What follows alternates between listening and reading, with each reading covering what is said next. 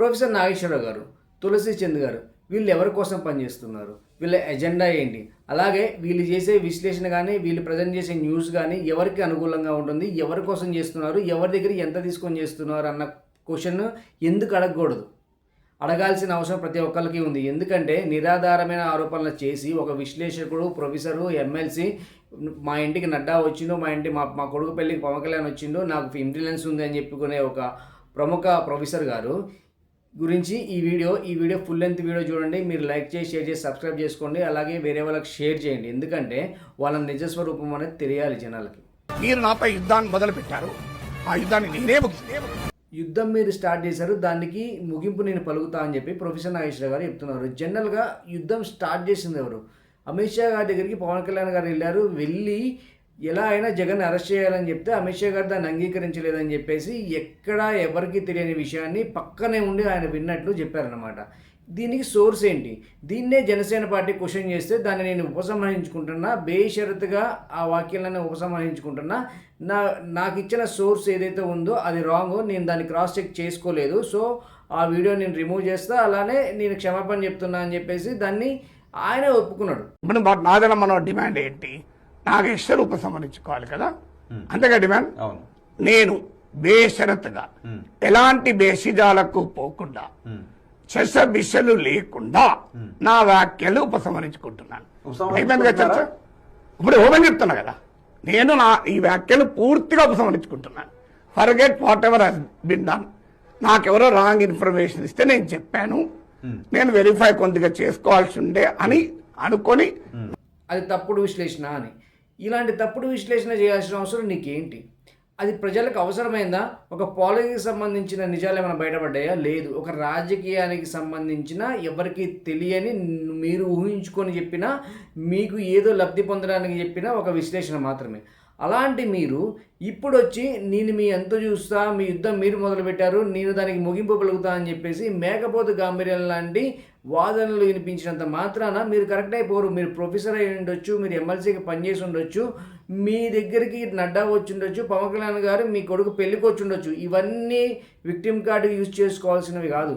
మీరు చేసింది తప్ప కాదా? మీరు చేసిందే కరెక్ట్ అయితే మీరెందుకు ఆ వ్యాఖ్యను ఉపసంహరించుకున్నారు? మీ దగ్గర సోర్స్ నిజంగా ఉండే మీరు చెప్పింది నిజమే అయితే నేను చెప్పింది నిజమని ఆ స్టాండ్ మీద మీరు ఎందుకు నుంచోలేదు? మీరు నుంచోలేదంటే అర్థము మీరు చేసే విశ్లేషణ అనేది ఎవరికో లాభం చేకూర్చడానికి తప్పితే మీరు స్వతహాగా ప్రజల కోసం చేసే విశ్లేషణ కాదని అందరూ నమ్మొచ్చు కదా. మీరే విశ్లేషణ చేశారు, మీరే దాన్ని కాదన్నారు, నాకు వచ్చిన సోర్స్ తప్పని మీరే ఒప్పుకున్నారు. మీరు ఒప్పుకున్నప్పుడు ఆ తప్పైన విశ్లేషణ మీరు ఎందుకు చేయాల్సి వచ్చింది? అది ప్రజలకు ఉపయోగపడేది కాదు, రాజకీయాలకు సంబంధించింది. ఒక విశ్లేషకుడుగా ప్రజలకు సంబంధించిన విషయాలను మీరు విశ్లేషణ చేస్తారా? లేకపోతే అసందర్భమైన ఎలాంటి ఉపయోగం లేని ఒక రాజకీయ చర్చను తీసుకొచ్చి ఇప్పుడిప్పుడే ఎదుగుతున్న పార్టీ మీద పెడతారా? ఇది ఎవరి లబ్ధి కోసం చేశారు? మీకు ఇంటర్నల్గా ఎవరితో కనెక్షన్స్ ఉన్నాయి అని ప్రతి ఒక్కళ్ళు క్వశ్చన్ చేస్తారు. ఎందుకంటే మీరే కదా నా సోర్స్ కరెక్ట్గా లేదు, నేను దాన్ని క్రాస్ చెక్ చేసుకోవాల్సింది, సో నేను చెప్పిన ఏ అయితే ఆ విశ్లేషణ ఉందో జనసేన పార్టీ మీద దాన్ని వెనక్కి తీసుకుంటాను, మీరే ఒప్పుకున్నారు. తప్పు ఒప్పుకున్నారు కాబట్టి అలాంటి విశ్లేషణ చేయడానికి కారణం ఏంటి? ఇలాంటివి ఇంకా ఎన్ని వీడియోస్ చేశారు?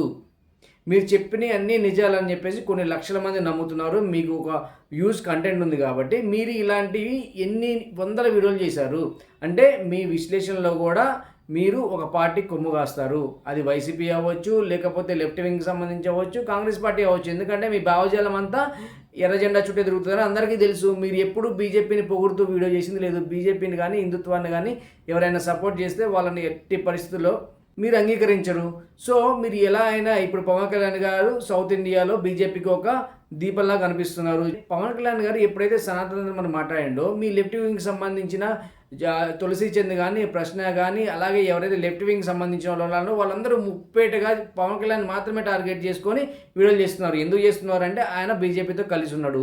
ఇక్కడ టీడీపీ బీజేపీ పొత్తు ఏర్పడడానికి కారణం పవన్ కళ్యాణ్ సనాతన ధర్మం గురించి మాట్లాడుతాడు, హిందుత్వం గురించి మాట్లాడుతాడు. సో ఎట్టి పరిస్థితుల్లో పవన్ కళ్యాణ్ గారిని మనం టార్గెట్ చేయాలి. ఆ పార్టీని ఎదగనీయకూడదు. ఆ పార్టీ ఎదిగితే రేపొద్దున కేరళలో కానీ తమిళనాడులో కానీ మనకు ప్రాబ్లం అవుతుందని చెప్పేసి మీరు ఇంటర్నల్గా డిస్కస్ చేసుకొని జనసేన మీద ఇంటెన్షనల్ కక్కుతున్న ఒక విషయం అన్నమాట ఇది. సో దీన్ని అందరికీ అర్థమవుతుంది. మీకెందుకు అర్థం కావట్లేదు అంటే మీరు నిజంగా పేటీఎం అని అందరూ అంటారు. ఎందుకు అనకూడదు? ఎలాంటి సోర్సు లేకుండా ఒకళ్ళ మీద రాయెత్తేసి సో అది తలబగిలిన తర్వాత సో లేదు నేను కావాలని చేయలేదు, అది అలా ఇండక్షన్లో జరిగిపోయింది అని చెప్పడం కరెక్ట్ కాదు కదా. మీరు ఎంత అబద్ధం చెప్పారో ఆ అబద్ధాన్ని మీరు నుంచున్నారు. మళ్ళీ ఇప్పుడు మీరు యుద్ధం మొదలుపెట్టారు, నేను దాన్ని ఎండ్ చేస్తా. ఈ సొల్లు కబుర్లన్నీ ఎవరి కోసం అండి? మీ వయసుకు మర్యాద ఇస్తూ ప్రతి ఒక్కరు మిమ్మల్ని గౌరవిస్తారు. అందులో ఎలాంటి మీ వయసుకి మీ మర్యాద ఇస్తూ మాట్లాడుతుంటే మీరు మాత్రము మీ అంతు చూస్తా, మీరు యుద్ధం మొదలుపెట్టారు, యుద్ధాన్ని నేను ముగిస్తా అని చెప్పి మాట్లాడడం ఎంతవరకు కరెక్టు? దయచేసి చెప్తున్నా, ఎవరైతే ప్రొఫెసర్ నాగేశ్వరరావు గారి వీడియోలు కానీ తులసి చంద్ వీడియోలు కానీ చూస్తారో వాళ్ళు చెప్పే మాటలు నమ్మకండి. మీరు విన్న క్రాస్ చెక్ చేసుకోండి. ఎందుకంటే వాళ్ళు కంప్లీట్లీ బీజేపీ వ్యతిరేకులు, హిందుత్వ వ్యతిరేకులు. హిందుత్వాన్ని కానీ బీజేపీని కానీ ఎవరిని సపోర్ట్ చేస్తే వాళ్ళకి నచ్చదు. వాళ్ళు ఎలాగైనా వాళ్ళని నెగిటివ్ చేయాలి, వాళ్ళ ఎదుగుదలను ఆపాలని చెప్పి ప్రోపగండా చేసే వాళ్ళు మాత్రమే. సో ఈ వీడియో మీకు నచ్చితే లైక్ చేయండి, షేర్ చేయండి, సబ్స్క్రైబ్ చేయండి.